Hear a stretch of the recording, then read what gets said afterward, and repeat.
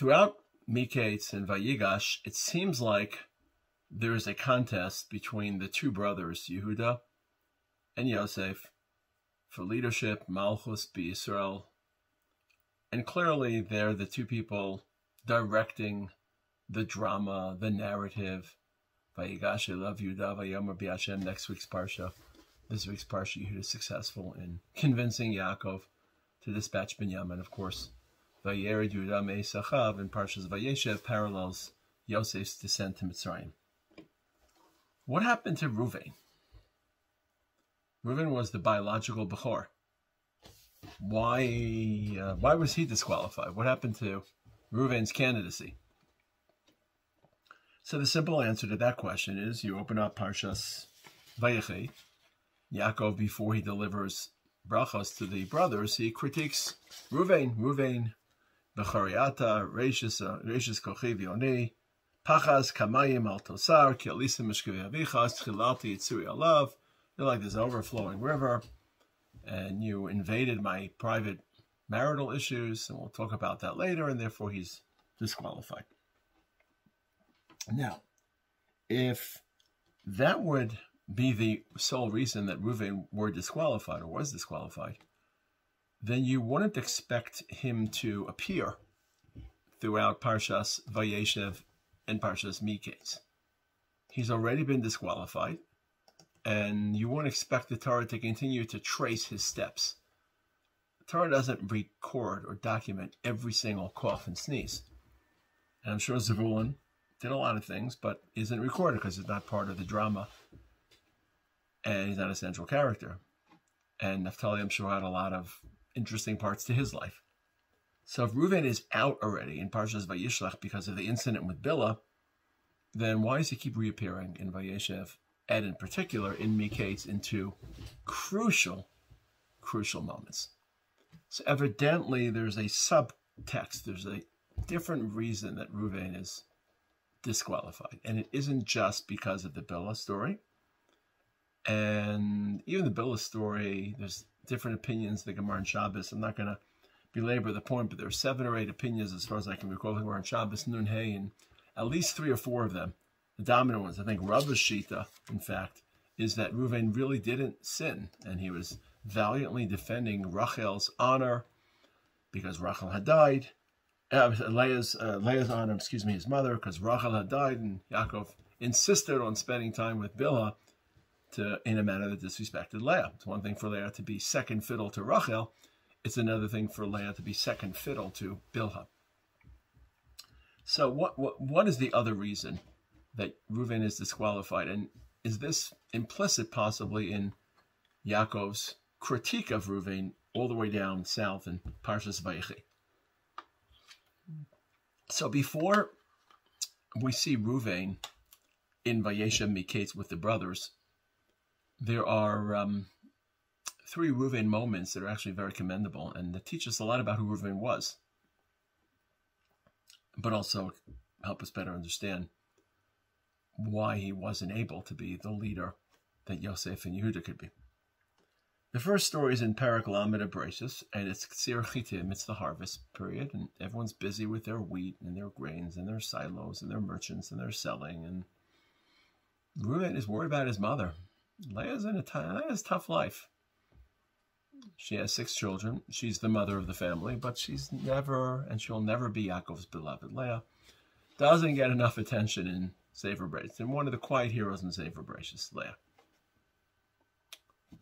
And Reuven feels for pain. So Reuven collects some flowers, Vayimsa Dudaim Basadeh, and he brings them to Leah. I remember as a child, I would always be careful to bring my mother flowers as often as I could on Erev Shabbos, but certainly in Parshas Vayetze, you want to make sure you bring home flowers for your mom, Parshas Vayetze, because of Reuven. Very sensitive, very caring, very empathetic. And we see that same sensitivity to Leah in the second issue that I mentioned before. Vayelech, Vahi, Bishkon Yisrael, Be'eretz Hahi, Vayelech Reuven, Vayishkav Es Bilhah. So, according to most opinions in Shabbos, Kol Omer Reuven Chata Eino L'Chote, this wasn't why the Torah describes it as such, as a different reason, but He was standing up for his mother's honor. Rachel has passed away, and still, this is how you spend your time? He was furious. Now, was he right? Probably not. This is not the area you should be encroaching upon. This is not the area you should be invading. It's your father's private conversation. And it's according to Chazal, he may have even not just objected, but he rearranged the beds, which is a little bit too invasive. But it's in line with his passion and his empathy and his concern and his sensitivity and his, in a sense, moral rectitude, moral integrity, moral courage, sensitivity. And the third portrait of Reuven, all these are, I would say, heroic. Bringing flowers to his mom, trying to console her for her lot in life, trying to cushion her blow. When Rachel passes away, objecting to this absolute affront to his mother's dignity and honor. And then when Yosef is thrown into the bar and no one really cares. Vayishma Reuven, vayatzeh miyadam vayem lo nakenu nefesh. He's the only one that listens. So you see a very caring, compassionate, loving, sensitive, empathetic person. We all would like to be like Reuven. I would like to be like Reuven. I would want to bring my mother flowers. I would want to protest if my mother's dignity was being insulted. I would want to respond to my brother, God forbid, who was thrown into a pit by my other brothers or by anyone else. So that just heightens the question. Why isn't Reuven the natural candidate for leadership? And I think part of the answer is because he feels these emotions too deeply. And that's a separate conversation. So it leads him perhaps to encroaching. It's one thing to object, nothing to rearrange your father's bed. And that could be part of Yaakov's hidden critique. You're like an overflowing river. We need rivers, but sometimes they overflow and they do damage. And we need emotions and passion. When they overflow, they can break down barriers and boundaries and borders. But I think something a little bit different. I think Chazal were onto this as well. One of our deepest emotions and the healthiest emotion is the emotion of guilt. Guilt is the quiet whisper of a healthy moral conscience. When we fail and we take agency and accept responsibility for our failures, we feel guilty. And sadly, I think the modern psychological trend is to flee from guilt and to avoid feeling guilt, to justify whatever decisions, and rather than feeling guilty and downtrodden. Again, too much guilt, excess guilt leads to neurosis, despair, helplessness, futility. But some of my most tender moments as a religious person were the moments I felt guilty, that I didn't live up to expectations, I didn't meet standards, I didn't serve HaKadosh Baruch Hu the way I should. Look at how I behaved. And the times I felt so guilty, I was almost incapacitated. I didn't want to come to the base matters because who am I to open up Hashem's Torah? Thank God I didn't allow that moment of guilt to turn into despair or depression or helplessness. But I think guilt is healthy. And we do ourselves a moral and psychological disservice by fleeing from guilt rather than embracing guilt and staring guilt and living with guilt. Healthy dosages of guilt. But I think Reuven, because he's so passionate, because he's so sensitive, and he's oversensitive, he feels guilt very, very deeply, and it becomes paralyzing, and it becomes something incapacitating. And it starts already in Parshas Vayeshev, where he saves Yosef, and he stops them from killing him. Al tishbechu dam. Remember, I misspoke before. Yosef wasn't in the pit. They were about to kill Yosef, and Reuven says, don't kill him. Throw him into the pit. We'll see what to do. And then a few seconds later, Vayashev Reuven al bar. He comes back to the bar. And at that point, it's too late. Because in his absence, in that interim, the interval between when he prevents them from killing Yosef, Vayashev Reuven al bar, Yosef has already been sold. And Chazal asked the very haunting question, Hechan Haya.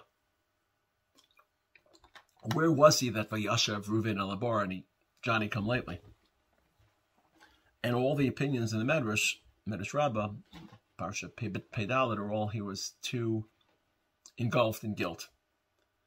Now, part of Chazal where he was, this is the language of Chazal, it's again very, very powerful language. Is Yoshev Bisaka Uvitanisa, who's still fasting and mourning over the Bilah incident. Whatever wrongdoing he played, he felt so overwhelmed with guilt that he couldn't take a break from it. He couldn't. It was an albatross. He couldn't walk away from it.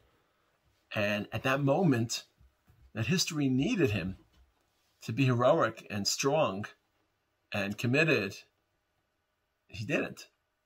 Could you imagine how different history would have been? We wouldn't have gone to Galus Mitzrayim. There wouldn't have been Churban Beis HaMikdash. Who knows?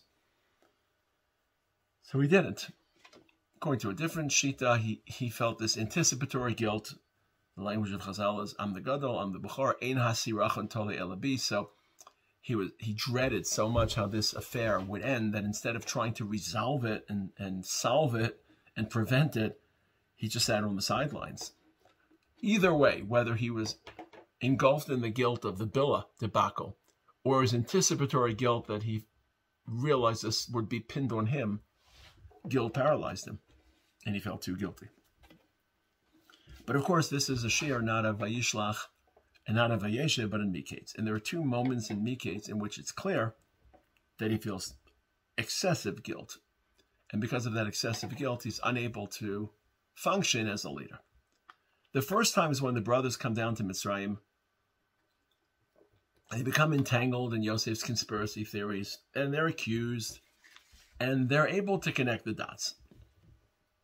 They're able to connect the dots that their current crisis is a function of their crimes to Yosef 20 years earlier.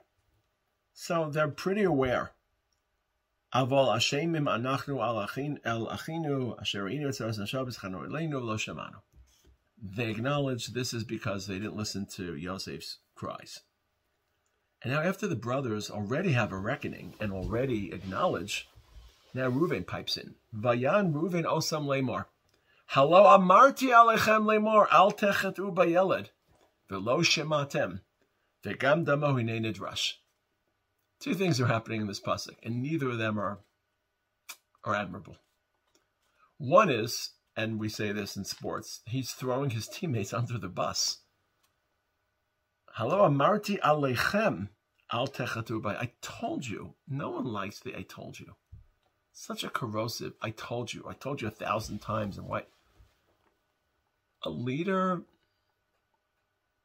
joins the team, takes shared responsibility. He's pointing a finger at them. This is what they need right now when they're struggling in Mitzrayim.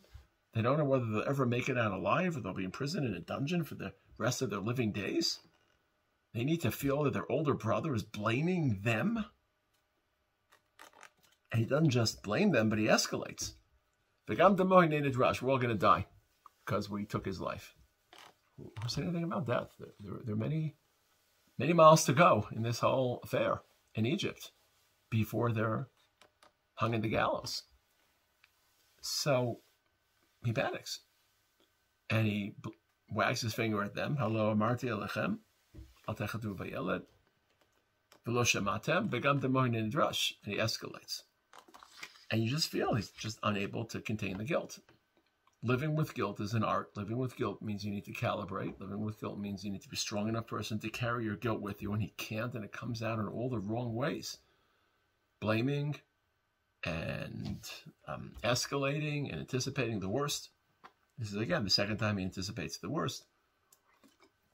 If you follow Chazal's original description that he was worried that the sale of Yosef would be pinned on him, Ein hasirachon taloi elabi.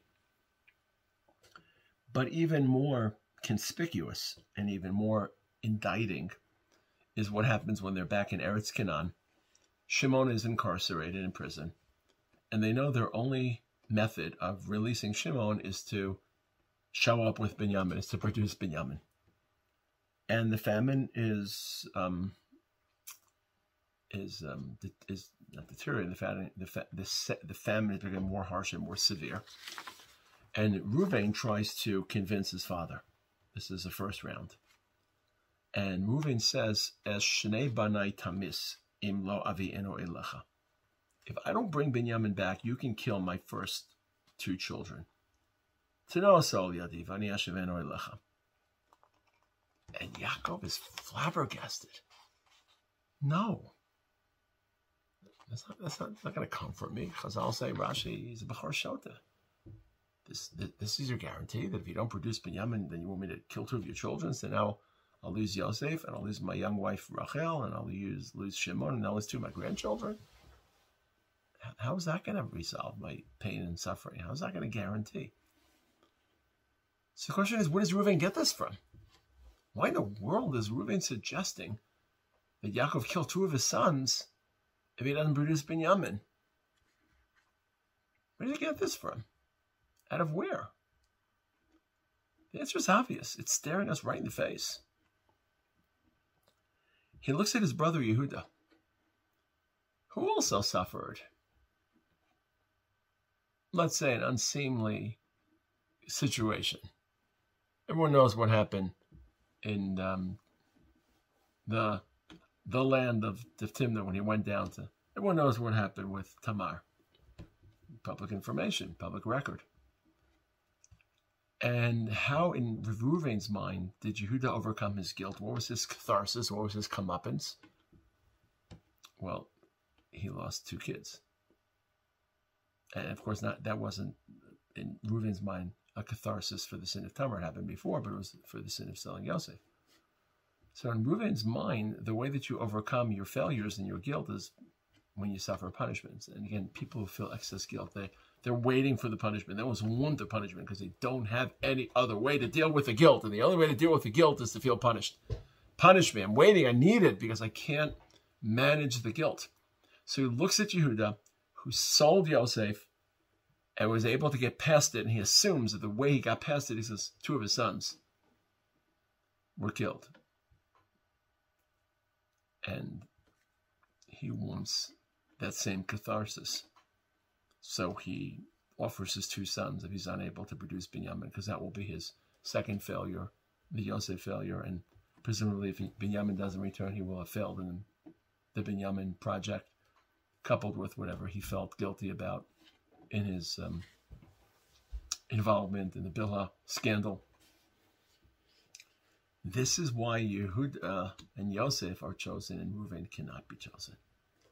It's not a crime. It's just a fatal flaw. He's so passionate. He's so sensitive to his mother, to his brother who is about to be killed. But people who are sensitive feel their emotions very deeply, we know. And one of the deepest emotions is the emotion of guilt. And when you feel guilt too deeply, you can't climb out from under its influence. It captivates you. It preoccupies you. It controls you. And we see it controlling Reuven all the way back in Parshas Vayeshev, where he's paralyzed from being more decisive and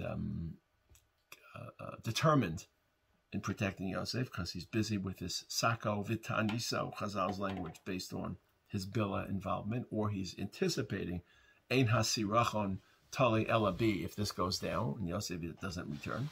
So he sits on the sidelines, and by the time he re-enters the scene, it's too late. Vayashev Reuven Alabar. But even more apparent in Parshas Miketz.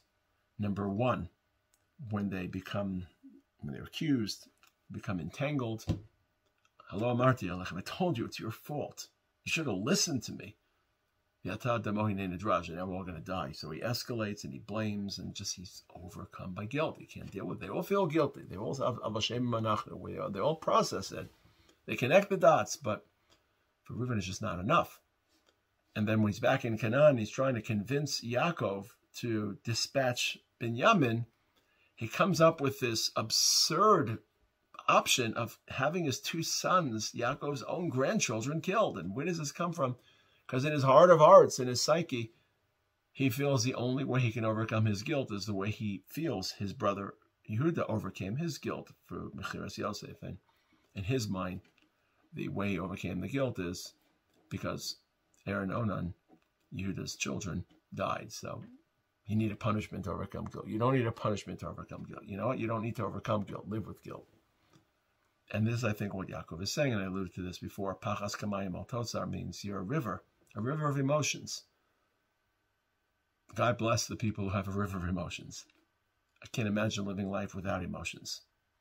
But how do you control your emotions? And how do you feel emotions without feeling them excessively?